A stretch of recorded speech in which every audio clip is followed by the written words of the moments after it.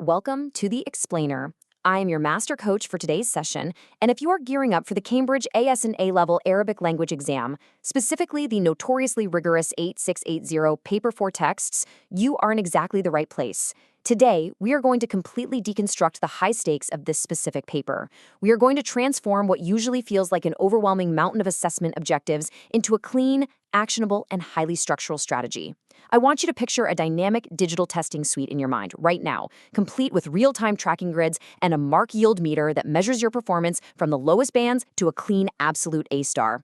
We are stepping directly into the minds of the chief examiners to see exactly where marks are awarded and, more importantly, where they are needlessly forfeited. So lock in your focus because we are about to decode the entire Cambridge operational matrix. Let's get started. Here is our exact structural roadmap for today. We'll start with the Paper 4 challenge, move into mastering core principles, break down the technical methodology, dive deep into evaluation and critical analysis, and finally reveal the top examiner warnings. Okay, let's dive right into Section 1, the Paper 4 challenge. To conquer this exam, you first absolutely must respect its physical parameters. It's not just about what you know, it's about how efficiently you can prove what you know under extreme ticking clock pressure.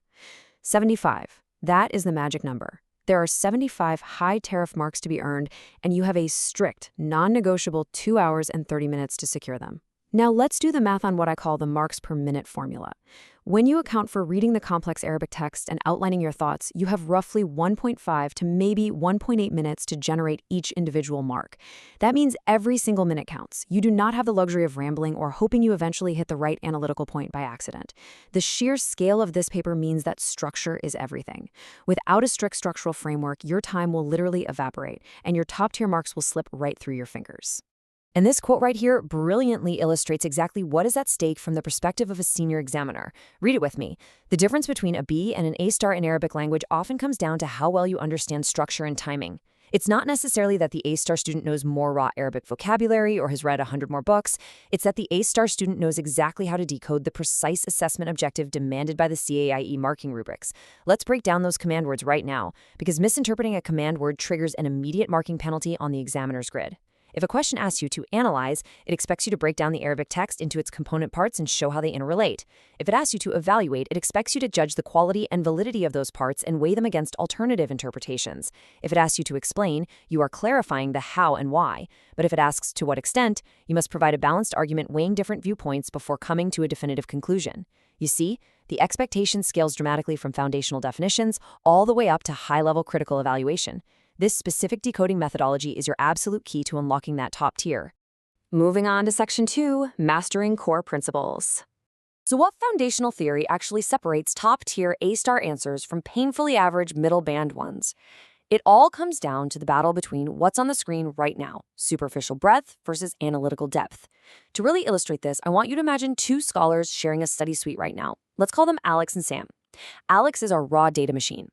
Alex is the kind of student who overloads paragraphs with raw factual definitions, dumping every single thing they know about Arabic literature onto the page, hoping the examiner pieces it together. Alex relies on superficial breadth. Sam, on the other hand, is a lightning-fast writer who constructs highly persuasive, beautiful arguments. But here's the catch. Sam often misses the explicit restrictions set by the command words we just talked about. The Cambridge framework fundamentally rejects Alex's superficial listing and severely caps Sam's off-topic persuasion. It exclusively prioritizes analytical depth. You are not meant to be a human encyclopedia, you are meant to be an elite analyst. So what does this analytical depth actually look like when Alex and Sam try to write a response? The core architecture rests on three pillars: precise definitions, causal relationships, and cross-topic connections. Let's listen in on Alex and Sam debating the structural layout of their text blocks. They're looking at a Paper 4 poetry prompt.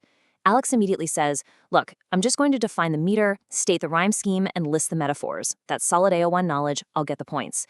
But Sam pushes back, arguing, "No, Alex, that's just a descriptive list. The command word is evaluate the impact of the imagery.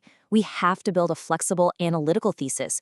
We need to show the causal relationship. How does the specific metaphor actually cause the reader to feel the protagonist isolation?" Alex frowns and says, "But what about bringing in the historical context?" And Sam replies, "Yes, but only if we link it. We have to make cross-topic connections. We have to connect the poet's use of language to the broader socio-political themes of the era. If we don't bridge those concepts, we are stuck in the B band." and Sam is entirely correct. Principal examiner reports explicitly highlight that candidates who reference deep causal connections across different syllabus areas achieve significantly higher marks. It proves total mastery of the text, not just rote memorization. Let's transition to Section 3, Technical Methodology. Strategy check? Before we unlock the ultimate top-band paragraph structure to help you completely crush your upcoming sessions, you need to make sure your revision feed is perfectly optimized. Take a second right now to subscribe to Ace the Exams at the handle @AceTheExams and enable all notifications so you never ever miss our weekly Cambridge exam breakdowns, no matter if you are sitting for IGCSE, O-levels, or AS and A-levels. Hit that bell icon now. Okay, let's get back to it. How do we actually put this theory into practice? Examiners literally award method marks for strict procedural adherence. There is a standardized 5-step sequence required for the systematic processing of any complex Paper 4 question. Step 1, identify the key elements. You scan the text and isolate the core variables. Step 2, apply the relevant principles. This is where you bring in your Arabic literary frameworks. Step 3, execute your analysis with completely clear, visible working. You have to walk the examiner through your logic step by step. Step 4, verify your results. Does your argument actually hold water? And step 5, present it all in the appropriate format. Now imagine Alex and Sam hit an unexpected structural roadblock mid-paragraph. Their evidence just isn't linking back to their main thesis. That's when we deploy the Universal Structural Matrix, the Peel framework. Point, evidence, explanation, link. You make your point, back it with textual evidence in Arabic, explain the linguistic mechanics, and crucially, link it right back to the command word of the prompt. If you skip a step, you bleed marks. And let me emphasize the final execution step for a moment, because this is where Alex and Sam finally engineer a flawless top-tier response block. Presenting your information correctly is strictly non-negotiable. The examiners demand strict conventions. Listen to how Alex and Sam rewrite their text out loud. Alex says, okay, point. The author utilizes a fragmented narrative structure. Sam adds the evidence. We'll quote the disjointed dialogue from paragraph 3. Alex provides the explanation. This fragmented formatting directly mirrors the psychological collapse of the protagonist, representing a shift from traditional storytelling. And Sam finishes with the link. Therefore, evaluating the text, this structural choice is not merely stylistic, but the primary vehicle for the novel's tragic tone. Boom.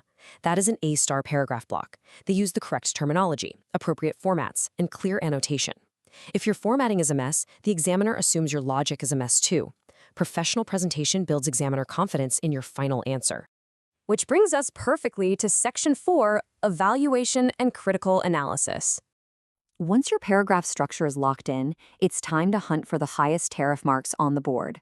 To hit those peak bands, you need a highly effective, advanced problem-solving sequence. I call it the Deconstruct, Solve, Evaluate sequence. First, identify the given information in the Arabic text. Second, break the author's argument into logical steps. Third, solve systematically by analyzing the literary devices used. Fourth, check for reasonableness. Does your interpretation actually align with the broader context of the work? And fifth, make completely justified recommendations or conclusions based on hard evidence, not just your gut feeling. Now, we are going into an interactive workshop segment. Challenge number 1, the visual data scan. Look at the grading ladder table on your screen.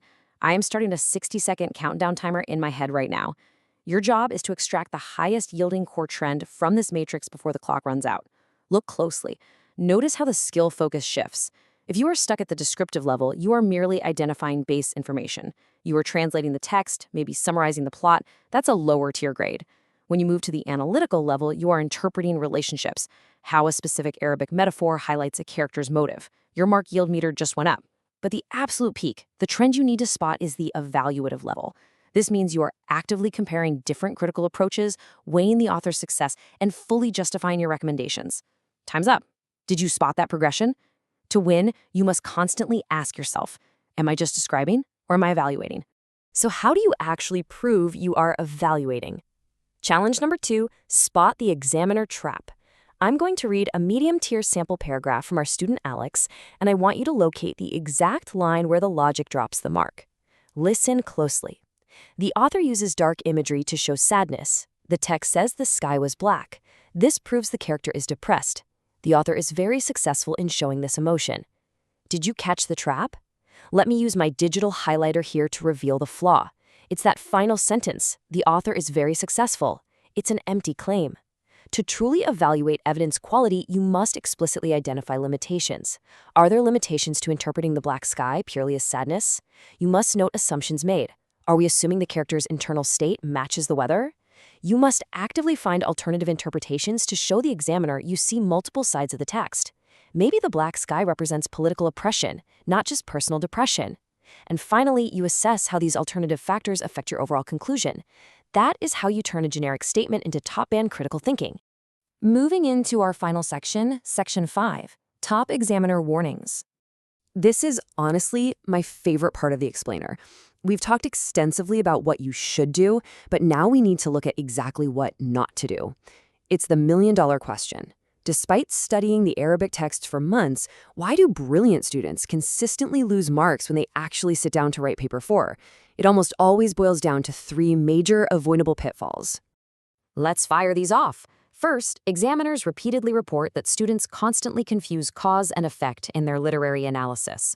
They describe an outcome but attribute it to the wrong stylistic choice, completely breaking their logical chain. Second, under immense time pressure, students completely forget to check their format and presentation, losing easy method marks because their paragraphs turn into a chaotic, unreadable block of text. But the third one is the absolute classic examiner trap, providing generic, pre-memorized answers that are not specific to the context given in the question. If the command word asks you to evaluate a specific scenario from a specific chapter, and you just regurgitate a generic textbook summary of the entire novel that you memorized last week, you will be heavily, heavily penalized. You must link every single analytical point directly back to the unique scenario in front of you.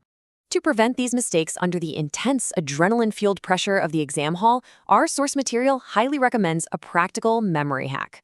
Create a personalized mnemonic using the first letters of your key structural terms to lock in your strategy. For example, memorize the PEEL framework, point, evidence, explanation, link, or memorize the 5 steps of the technical methodology we covered earlier. Having a quick mental checklist ensures that exam panic doesn't override your strict procedural framework when the 2-hour and 30-minute clock officially starts ticking. Before we finish, let's look at how Alex and Sam summarized their personal breakthroughs today. They realized that theory is absolutely nothing without execution. I am going to distill this entire session into 3 universal Cambridge operational rules for you. Rule 1, the 3-step question scan. Always decode the command word, identify the topic, and map the precise text. Rule 2, the marks per minute formula. Strictly allocate your 150 minutes so you never leave a high-tariff question blank. Rule 3, the post-writing compliance audit. Use your last few minutes to verify your PEL structure and presentation formatting. You need to take these frameworks and aggressively practice them on Cambridge past paper questions. Time yourself. Be ruthless with your own structural discipline. And that brings us to the end. I want to leave you with this final provocative thought to take directly into your very next study session. When you sit down to draft your next response, look at your paper and ask yourself, will your answer just list generic, comfortable facts like a textbook? Or will you build the cross-topic connections and evaluative arguments required to prove true, elite analytical depth? The choice and the A-star grade is entirely in your hands. Before you go, here is your final mission. Subscribe to Ace the Exams at Ace the Exams right now. Click the notification bell for our weekly grade masterclasses and drop a comment below sharing exactly which Cambridge subject and level, whether it's IGCSE, O-Level, AS, or A-Level, you are preparing to conquer next. Thanks for joining me on this explainer. Stay focused and happy studying.